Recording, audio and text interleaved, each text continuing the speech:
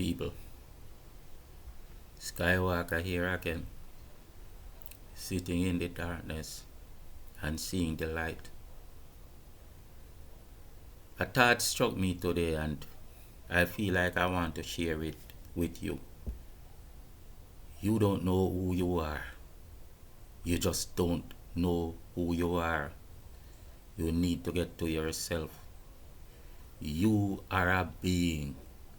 That one thought from you is greater than the lightning. One thought from you is greater than the lightning. And one of the most magnificent things about you is that you can be in forgetfulness and it becomes an advantage where you can have new experiences. But at the same time, you can be in that forgetfulness and it puts you in an unknowing realm. And in that unknowing realm, because you don't know one thing, it helps you to experience the other. But then again, it amazes me to see how little you know, but you know. Like, do you know that all knowing is possible? Why is all knowing possible? Because if it exists in you. There's no disconnection and there can be no disconnection. It's just a point of consciousness. That is all.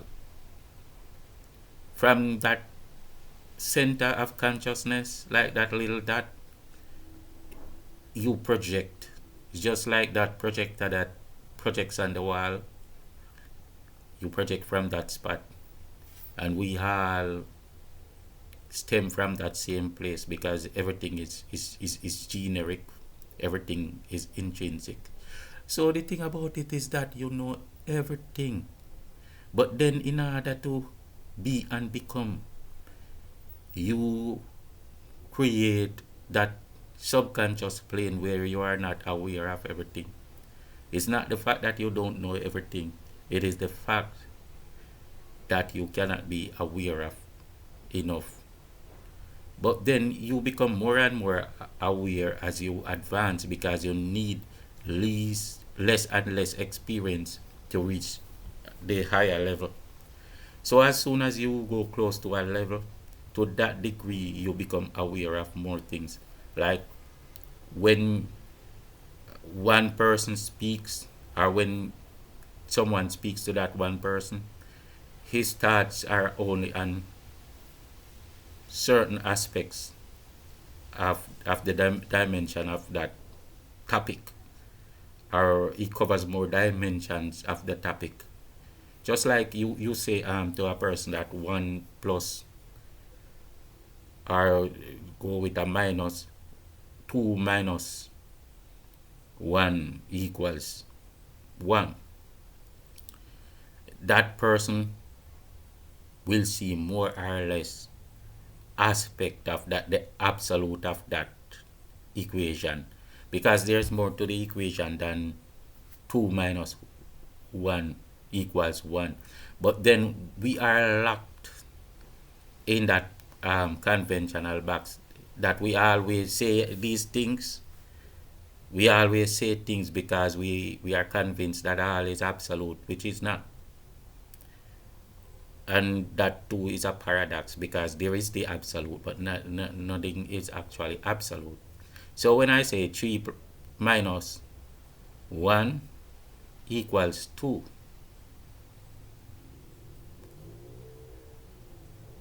you know what happened? Let's say 3 plus 1. 3 plus 1 equals 4. Look at it that way. Do you know that there are that equation derived from other stuff? Because where is that one that you add to the 3? Where did it come from? So maybe another aspect of that equation is 0 because that person who gave the 1 could have only maybe he only had that 1.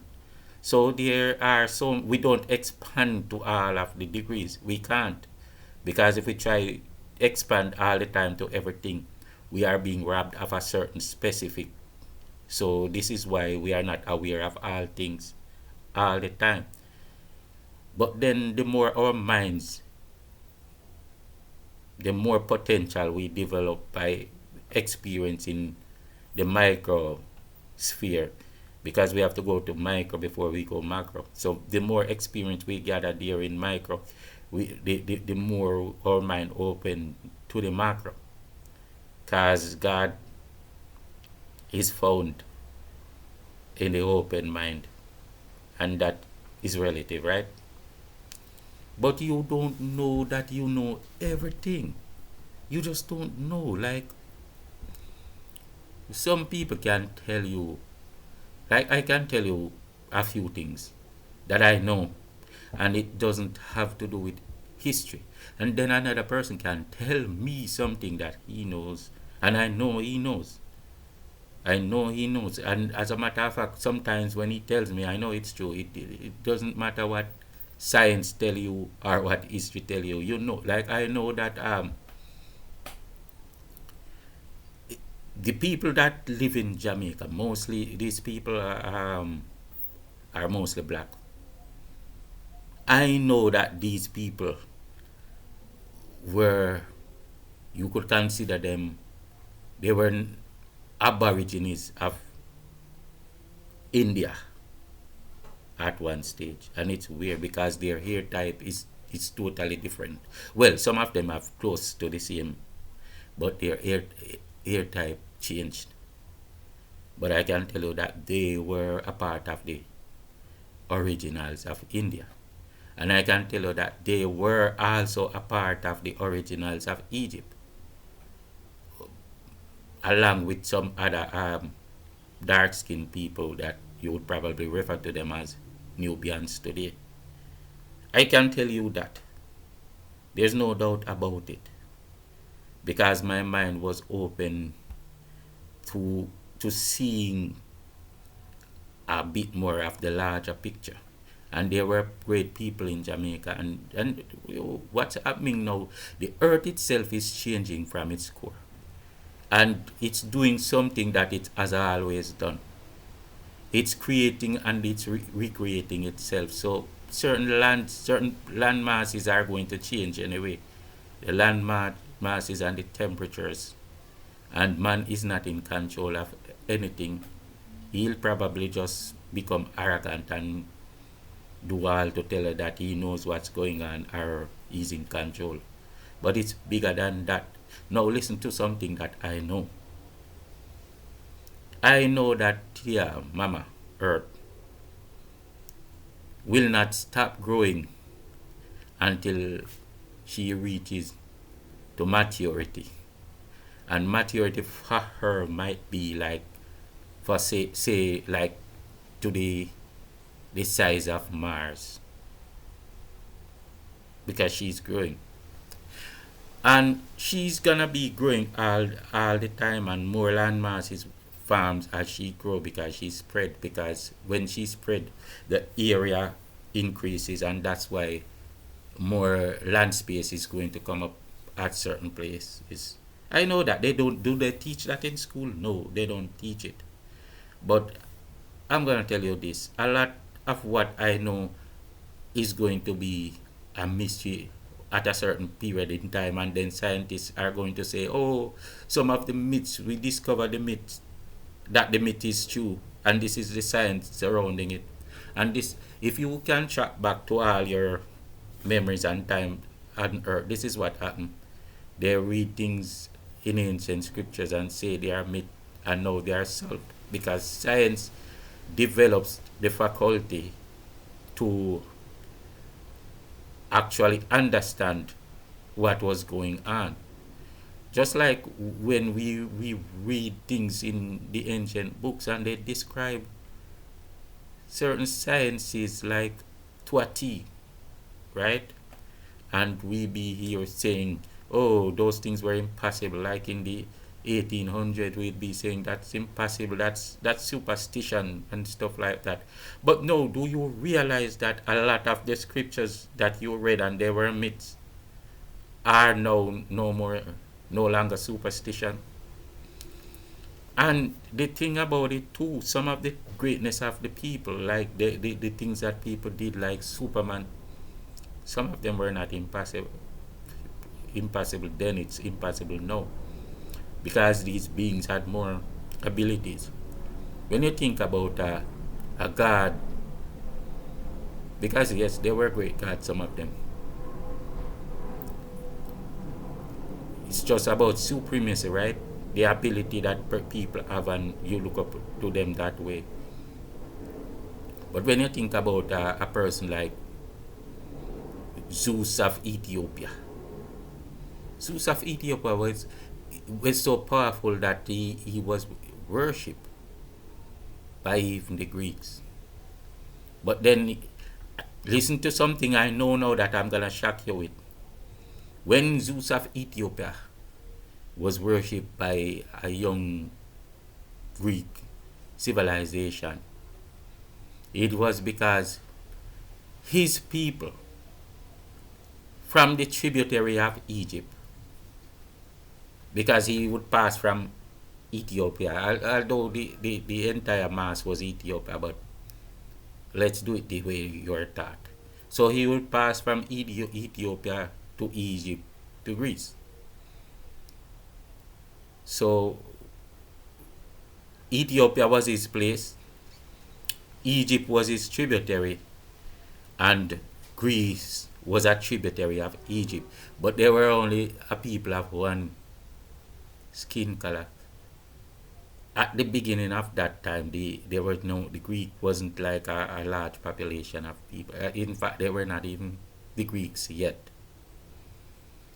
The Greeks were like they came from like a cultivated sect, a cultivated people. Because one man thought he had too much brain, one god, and decided to make history into his own way. But we can't even blame that one person, because I mean, what one person does is for the collective. It affects the collective, because now it's going to bring me to another thought. You don't know. Wow. Wow, wow, wow. I'm going to say it. You don't know that you have the power to speak and affect the all. But then that's when you are open to a different level, to a higher level, that it's magnified, that your mind becomes so powerful that it's wow, the higher consciousness at the higher point of perpetual motion, what am I gonna call it? That creative force, that God force, your mind resonates so much that it affects it. So you speak and it comes, because your thoughts and your words are powerful enough to matter. And I'm talking about one person. I'm not talking about when a host of people are gathered and meditating on the same thing, and then it happens, because that force is powerful. It's so many minds, right? But I'm talking about, do you know that you can have so much mind that your one idea matters so much that when you speak, the event occurs? Do you know that? I know that.